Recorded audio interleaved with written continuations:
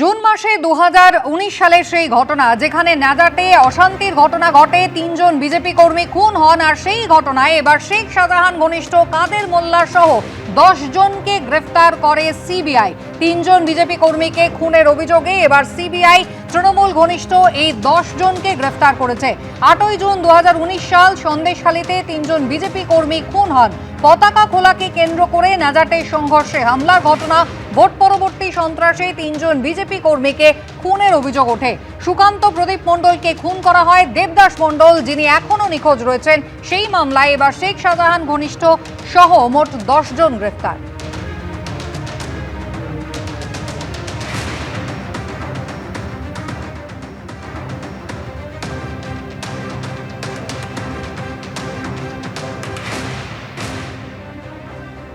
সন্দেশখালী সেই ঘটনা 2019 সালে যেখানে 3 জন বিজেপি কর্মী খুন হয়েছিলেন, সেই ঘটনায় এবার শেখ শাহজাহান ঘনিষ্ঠ কাদের মোল্লা সহ 10 জনকে গ্রেফতার করল সিবিআই।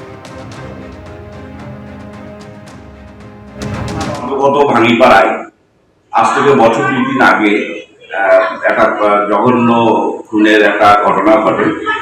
তাতে বেশ কয়েকজনের ডেড বডি পাওয়া যায় এবং একজন নিখোঁজ থাকে। সেই মকদ্দমায় সিবিআই আজকে 26-5 তারিখে কাদের মোল্লা সহ 10 জনকে অ্যারেস্ট করে।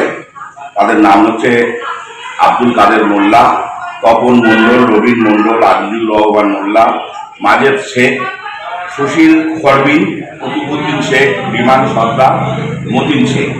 এদেরকে আগামীকাল বারাসাত আদালতে এদেরকে তোলা হবে। নিহত বিজেপি কর্মী প্রদীপ মণ্ডলের স্ত্রী পদ্মা মণ্ডল কি জানিয়েছেন দেখুন। আমার স্বামীর খুনি 10 জন, কাদের মোল্লা সহ 10 জন অ্যারেস্ট হয়েছে। সিবিআই দপ্তরে এটুকু খবর পেয়েছি যে 7 বছর ধরে তৃণমূলের প্রাক্তন মুখ্যমন্ত্রী আমাদের কোনো বিচার দেয়নি, বিভিন্নভাবে আমাদের হ্যারাস করেছে এবং 2023-এ মূল অভিযুক্ত শেখ শাহজাহানের নামটাই চার্জশিট থেকে বাদ দিয়ে দিয়েছিল। এবং আমাদের রাজ্যের বর্তমান মুখ্যমন্ত্রী মাননীয় শুভেন্দু অধিকারী মহাশয় আমাদের এই শহীদ পরিবারের পাশে দাঁড়িয়েছিলেন এবং পুনরায় এই কেসে রিকভারি করার জন্য আজকের আমরা সিবিআই এর মাধ্যমে আমরা এই দিনটা দেখতে পেলাম এবং আমি আশাবাদী যে সুষ্ঠু বিচার। এভাবেই পুলিশের হাত থেকে পালিয়ে গিয়েছিলেন দিলীপ মণ্ডল। তারপর থেকে পুলিশ কিন্তু তাকে হন্যে হয়ে খুঁজছিল। আর গতকাল তাকে গ্রেফতার করা হয় পুরীর ব্লু লিলি রিসর্ট থেকে। একেবারে নিউ মেরিন ড্রাইভের ওপরে এই হোটেল থেকে তাকে গ্রেফতার করা হয়। সড়ক পথে ওড়িশা থেকে তাকে নিয়ে আসা হচ্ছে কলকাতায়। প্রথমে তাকে বিষ্ণুপুর থানায় নিয়ে আসা হবে এবং আগামীকাল তাকে কোর্টে পেশ করা হতে পারে, যেখানে পুলিশ তাকে নিজেদের হেফাজতে চাইতে পারে বলে এখনো পর্যন্ত জানা যাচ্ছে।